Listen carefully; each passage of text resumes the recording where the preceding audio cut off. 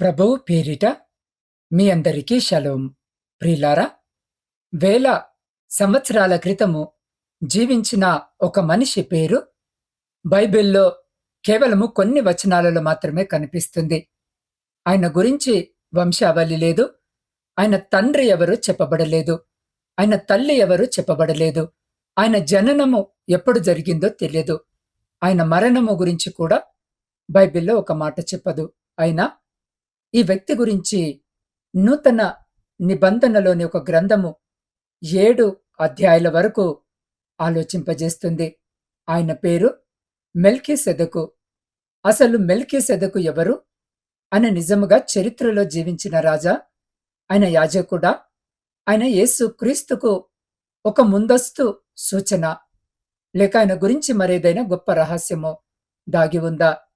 ఇంకా ఆశ్చర్యకరమైన విషయము ఏమిటంటే, మెల్కీసెదెకు పేరు కనిపించే కాలానికి సంబంధించిన పురాతన పట్టణాల గురించి పురావస్తు పరిశోధనలు మనకు కొన్ని ఆసక్తికరమైన విషయాలను తెలియజేస్తున్నాయి.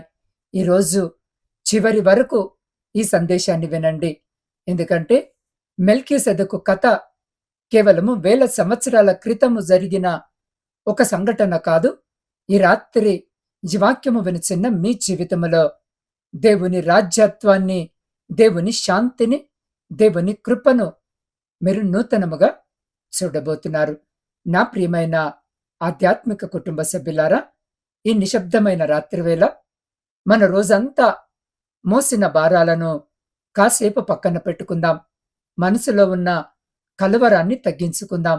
మన కళ్ళను మూసుకొని మన హృదయాన్ని దేవుని సన్నిధిలో ఉంచుకుందాం. ఈరోజు మనము తెలుసుకోబోయే మెల్కీసెదెకు కథలో ఒక గొప్ప రహస్యముంది. ఆ రహస్యము మనకు చెబుతున్నది ఒకటే: మనకు కనిపించని చోట దేవుడు పని చేస్తున్నప్పటికీ ఆయన పని ఎప్పుడూ ఆగిపోదు.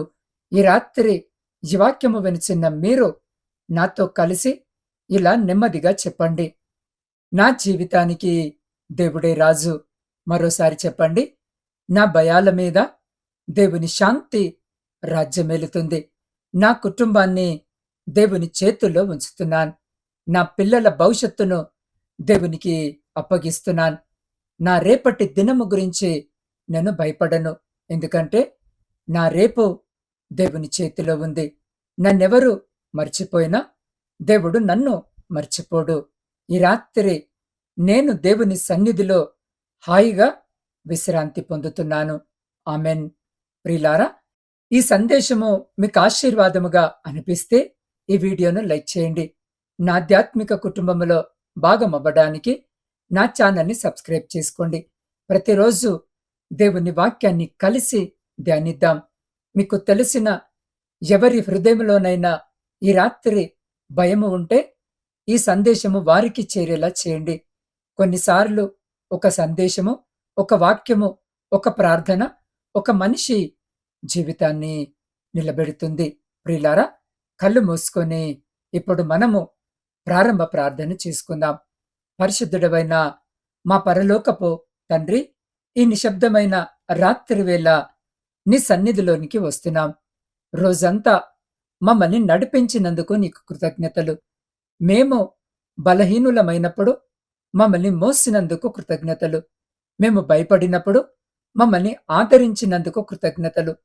ఈ రాత్రి మా చెవులు నీ వాక్యాన్ని వినడానికి తెరుమని వేడుకుంటున్నాం.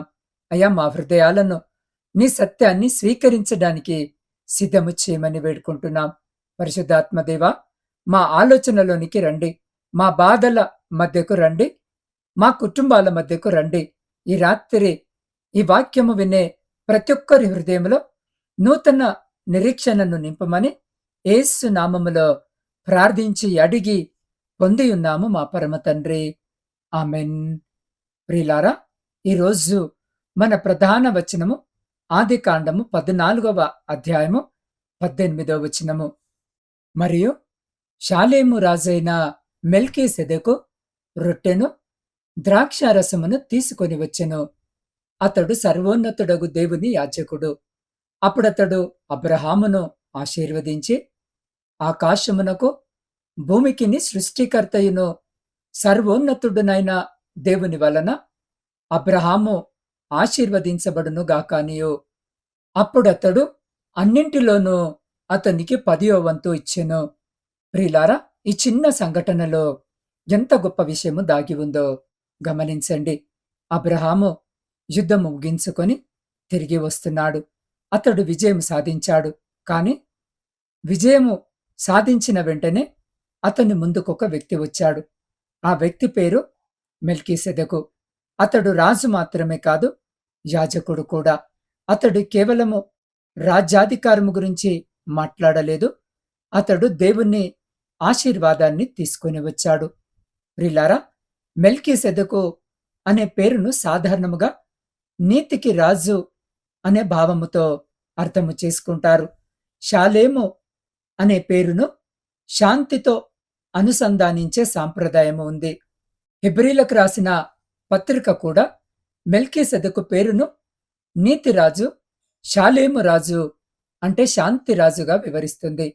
అందుకే మెల్కీసెదెకు కథలో రాజ్యత్వము, నీతి, శాంతి అనే 3 భావాలు కలిసిపోతాయి. ఇక్కడ ఒక విషయము చాలా జాగ్రత్తగా అర్థము చేసుకోవాలి. మెల్కీసెదెకు ఎవరో బైబిల్ పూర్తిగా వివరించలేదు. అందుకే అతడే యేసు అని ఖచ్చితంగా చెప్పడము సరైనది కాదు. క్రైస్తవ విశ్వాసములో అతని పాత్ర యేసు క్రీస్తు నిత్య యాజకత్వానికి ఒక ప్రతిరూపముగా, ముందస్తు సూచనగా హెబ్రీలకు రాసిన పత్రికలో వివరించబడుతుంది. ఇది చాలా గొప్ప తేడా. ప్రియులారా, ఊహను సత్యముగా చెప్పకూడదు.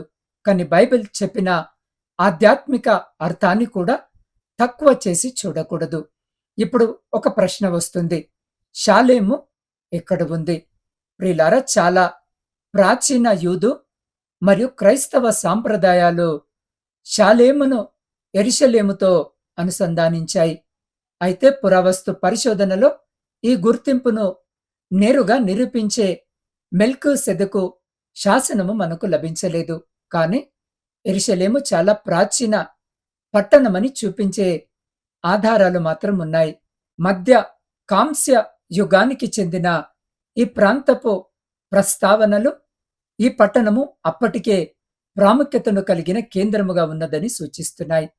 ప్రాచీన ఈజిప్టు శాప లేఖనాల్లో యెరూషలేముతో సంబంధమున్న పేరును కొందరు పరిశోధకులు గుర్తించారు. అయితే ఆ ప్రస్తావనను మెల్కీసెదెకు వ్యక్తిగతముగా నిర్ధారించే ఆధారముగా చెప్పలేము. ఇది ఎందుకు ముఖ్యమంటే, పురావస్తు శాస్త్రము మనకు ఇదిగో మెల్కీసెదెకు నివసించిన ఇల్లు అని చూపించలేదు, ఇదిగో అతని రాజముద్ర అని కూడా చూపించలేదు.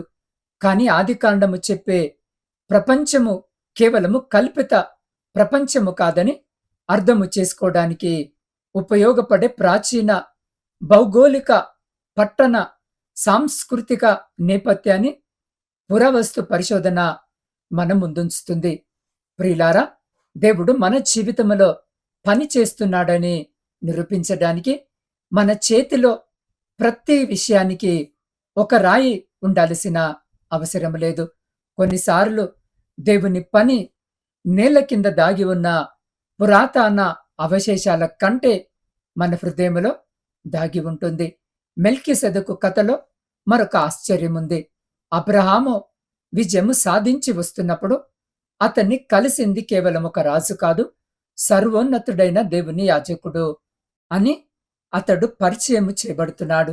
ఆ కాలంలో రాజు మరియు యాజకుడి పాత్రలు కొన్ని సంస్కృతుల్లో పరస్పరము కలిసి ఉండటము మనకు పురాతన సమీప ప్రాచ్య ప్రపంచము గురించి తెలిసిన విషయాలతో కూడా సరిపోతుంది. అయితే మెల్కీసెదెకు ప్రత్యేకత ఏమిటంటే, అతడు అబ్రహామును శపించలేదు, ఆశీర్వదించాడు. అతడు అబ్రహామును తన వైపు తిప్పుకోలేదు, దేవుని వైపు తిప్పాడు. ఆకాశమును భూమిని సృష్టించిన సర్వోన్నతుడైన దేవుని వలన అబ్రహాము ఆశీర్వదించబడునుగాక అనే భావముతో అతడు ఆశీర్వదించాడు. గమనించండి, నిజమైన దేవుని సేవకుడు మీ దృష్టిని తన వైపు కాకుండా దేవుని వైపు తిప్పుతాడు. ఈ రాత్రి దేవుడు ఈ వాక్యము వినిచిన మీతో ఇలా మాట్లాడుతున్నట్టు ఊహించుకోండి. నీ విజయము నీకు నిన్ను మించిన వాడిని గుర్తు చేయాలి. నీవు గెలిచిన యుద్ధాన్ని మాత్రమే చూడకు, నిన్ను గెలిపించిన నా చేయిని చూడు అని అబ్రహాము మెల్కీసెదెకు దగ్గర తన ఆస్తిలో 10వ భాగం ఇచ్చాడు. ఇది కేవలము డబ్బు ఇచ్చిన సంఘటనను చూడకూడదు. అబ్రహాము తన విజయానికి తుది ఘనత దేవునికే చెందుతుంది అని గుర్తించిన సందర్భముగా ఇది కనిపిస్తుంది. విజయము వచ్చినప్పుడు మనిషి తన శక్తిని గొప్పగా చెప్పుకోవడము సులభము, కాని అబ్రహాము దేవుని ఆశీర్వాదాన్ని గుర్తించాడు. మన జీవితంలో కూడా ఇదే సమస్య. కష్టము ఉన్నప్పుడు దేవుడా నన్ను కాపాడు అంటాము, కాని కష్టము తొలగిపోయిన తర్వాత నేనే చేశాను అని చెప్పే ప్రమాదం ఉంటుంది.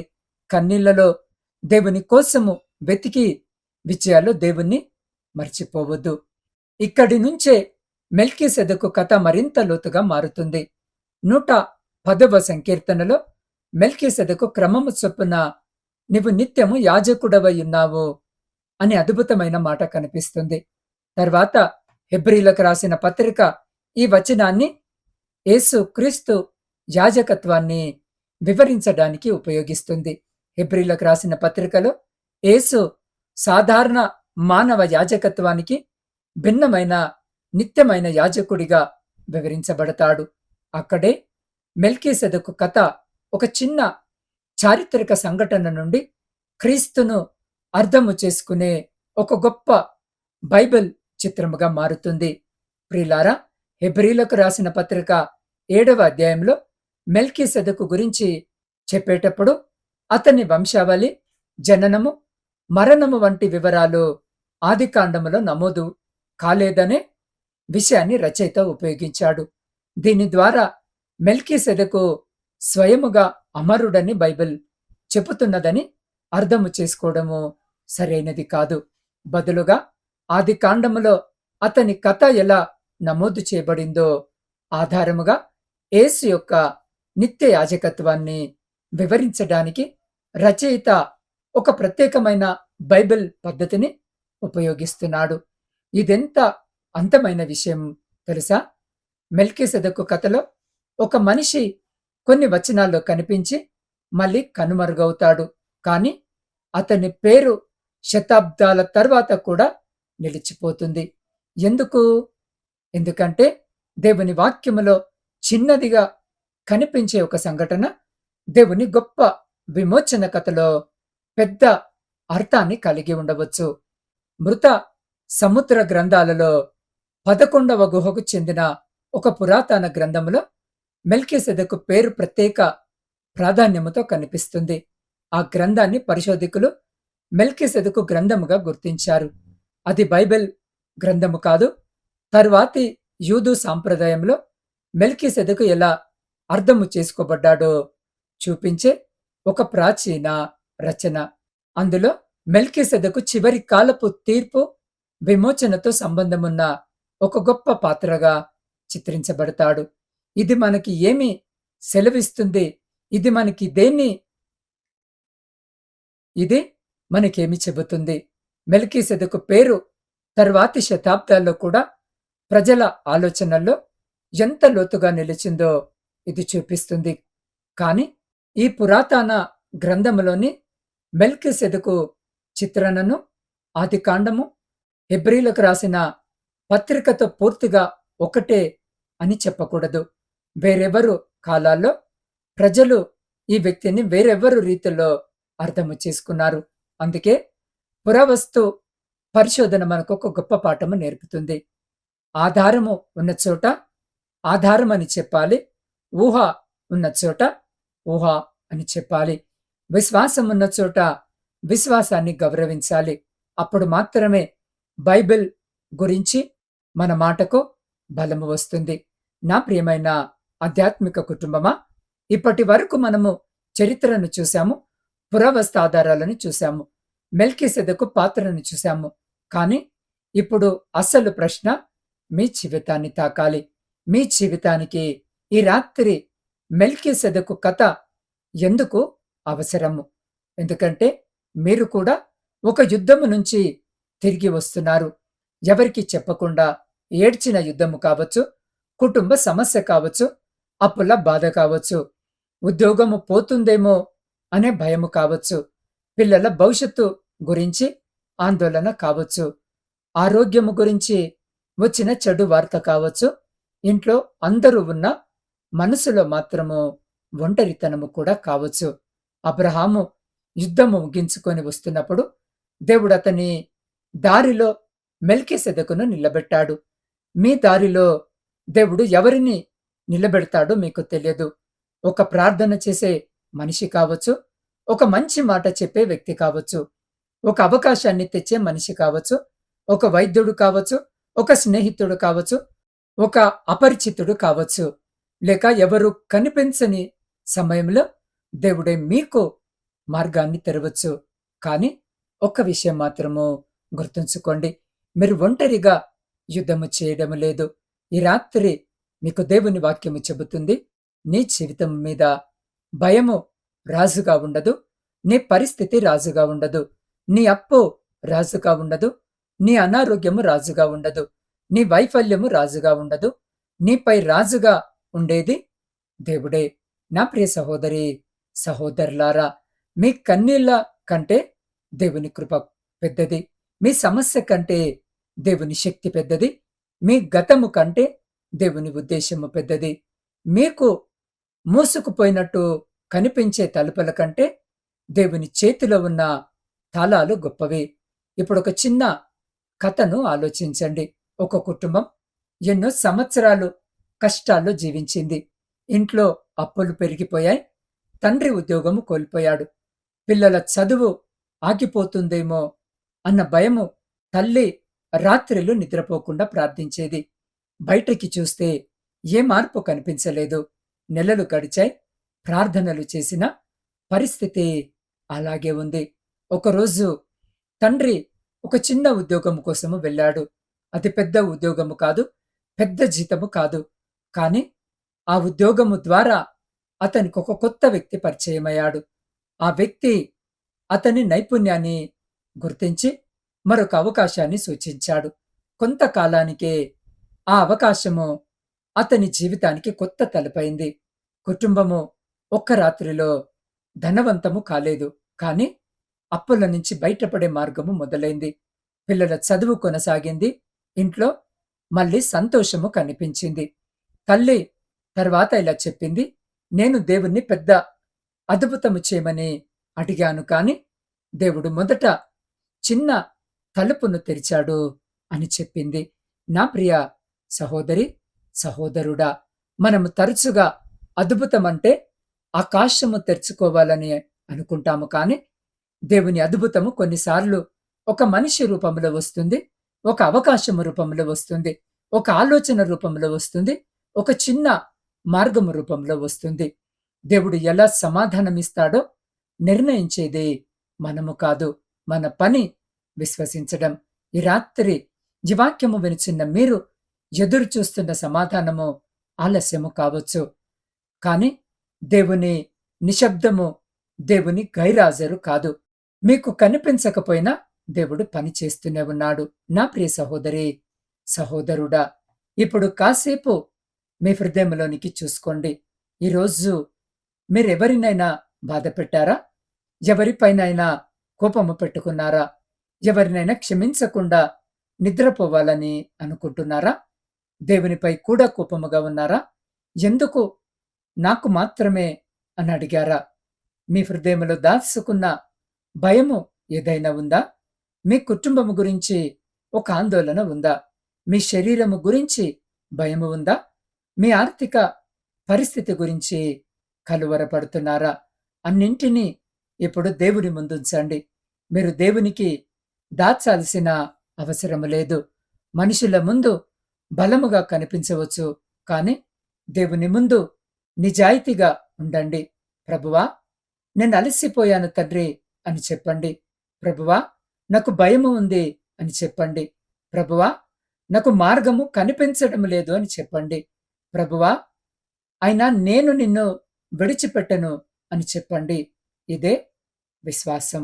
నా ప్రియ సహోదరి, సహోదరుడా, ఈ సమయంలో ఈ వాక్యము వినిచిన్న మీరు అదే విశ్వాసముతో వీలైతే మోకరించి లేదా నిలబడి ఉండి ఆకాశము వైపు మీ 2 చేతులెత్తి నాతో పాటు ప్రార్థనలో ఏకీభవించండి. సర్వమును సృష్టించి సదా ఏకరీతిగా పరిపాలిస్తున్న మా ప్రియ పరలోకపు పరమ తండ్రి, మీ ఉన్నతమైన నామమును బట్టి స్తుతులు, స్తోత్రాలు, వందనాలు. దేవా, ఈ రాత్రి నీ సన్నిధిలో మోకరిల్లుతున్న ప్రతి ఆత్మీయ కుటుంబ సభ్యుని జ్ఞాపకము చేసుకోమని వేడుకుంటున్నాం. వారి హృదయంలోని మాటలను వారి నోటితో చెప్పకపోయినా నీకు తెలుసు. వారి కన్నీళ్లను నువ్వు చూశావు. వారి నిశ్శబ్దాన్ని నువ్వు విన్నావు. వారి భయాలను నువ్వెరిగి ఉన్నావు. ప్రభువా, ఈ రాత్రి ప్రతి బిడ్డను నీ శాంతితో కప్పమని వేడుకుంటున్నాం. ప్రతి కుటుంబాన్ని కాపాడండి. భార్యాభర్తల మధ్య ఉన్న అపార్థాలను తొలగించి విరిగిపోయిన సంబంధాలను తిరిగి కట్టమని వేడుకుంటున్నాం. తల్లిదండ్రులకు జ్ఞానం ఇవ్వండి. పిల్లలకు నీ భయభక్తులు, మంచి మార్గము, జ్ఞానము, ఆరోగ్యము, మంచి భవిష్యత్తును అనుగ్రహించమని వేడుకుంటున్నాం. ఇంట్లో మాటలు తగ్గిపోయిన చోట ప్రేమను తిరిగి నింపి, కన్నీళ్లు ఉన్న చోట ఆనందాన్ని నింపమని వేడుకుంటున్నాం. దేవా, నా ఆత్మీయ కుటుంబ సభ్యుల ప్రతి ఇంటిని ప్రత్యేకంగా జ్ఞాపకం చేసుకోండి నైనా. వారి పిల్లలను కాపాడండి. వారి ఉద్యోగాలను కాపాడండి. వారి వ్యాపారాలను ఆశీర్వదించండి. వారి నిద్రించే గదులను నీ సమాధానముతో నింపండి. వారి ఇళ్లను ప్రమాదాల నుండి కాపాడమని వేడుకుంటున్నాం. అయ్యా, ఈ రాత్రి వారి మీద నీ రక్షణ ఉండునుగాక. దుష్ట శక్తుల ప్రభావం నుండి వారిని కాపాడమని వేడుకుంటున్నాం. భయంకరమైన కలల నుండి, అనవసరమైన భయాల నుండి, మనసును కలువరపరిచే ప్రతి ఆలోచన నుండి వారిని విడిపించండి. ప్రభువా, ఈ రాత్రి తమ భారాలను నీ పాదాల దగ్గర ఉంచి నిద్రించునుగాక. రేపటి దినాన్ని గురించి వారు భయపడకుండా ఉండునుగాక. ఉదయం లేచినప్పుడు నూతన కృపతో, నూతన బలాన్ని, నూతన నిరీక్షణను అనుభవించుదురుగాక. నీవు నా దేవుడవు, నా రక్షకుడవు, నా ఆశ్రయమని ప్రతి ఒక్క హృదయము చెప్పులాగున కృపచూపమని మా ప్రభువును మీ ప్రియకుమారుడైన యేసు శక్తి కలిగిన నామములో ప్రార్థించి స్తుతించి అడిగి పొందియున్నాము మా పరమ తండ్రి. ఆమెన్. నా ప్రియ సహోదరి, సహోదరుడా, ఈ రాత్రి ఈ సందేశము మీకు ఆశీర్వాదకరముగా అనిపిస్తే ఇప్పుడే ఈ వీడియోను లైక్ చేయండి. నా ఛానల్ని సబ్స్క్రైబ్ చేసుకోండి. మీ విశ్వాసాన్ని దేవుని యందు ప్రకటిస్తూ క్రింద ఉన్న కామెంట్ సెక్షన్లో ఆమెన్ అని టైప్ చేయండి. ప్రియులారా, మీరు విన్న వాక్యము మీతోనే ఆగిపోకుండా అవసరతలో, అక్కరలో ఉన్న కనీసము 3 లేదా మీ వాట్సాప్ స్టేటస్లో షేర్ చేసి దేవుని సువార్త పరిచర్య విస్తరణలో మీరు పాలిభాగస్తులు కావాలని కోరుకుంటున్నాను. రేపటి బైబిల్ పురావస్తు రహస్య సందేశంలో మనం మరింత చీకటి, మరింత ప్రమాదకరమైన ఒక చారిత్రక కాలంలోనికి ప్రయాణించబోతున్నాం. ఒకప్పుడు రోమా సామ్రాజ్యాన్ని తన చేతిలో ఉంచుకున్నట్లు కనిపించిన నీరో చక్రవర్తి క్రైస్తవులపై ఎందుకు తిరిగాడు? క్రైస్తవులపై జరిగిన హింసకు చరిత్రలో ఎలాంటి ఆధారాలు ఉన్నాయి? నీరో పేరు చుట్టూ ఏర్పడిన కథల్లో నిజమెంత? బైబిల్ కాలము తర్వాత క్రైస్తవ చరిత్ర మనకేమి చెబుతుంది? వీటన్నిటినీ రేపటి సందేశము ఒక చరిత్ర పాఠం మాత్రమే కాదు, విశ్వాసము అగ్నిలో పరీక్షింపబడిన కథ. అందుకే రేపటి సందేశాన్ని తప్పక వినండి, అస్సలు మిస్ అవ్వకండి. అప్పటి వరకు ప్రభు కృప మీకు, మీ కుటుంబానికి తోడయుండును గాక. ఆమెన్.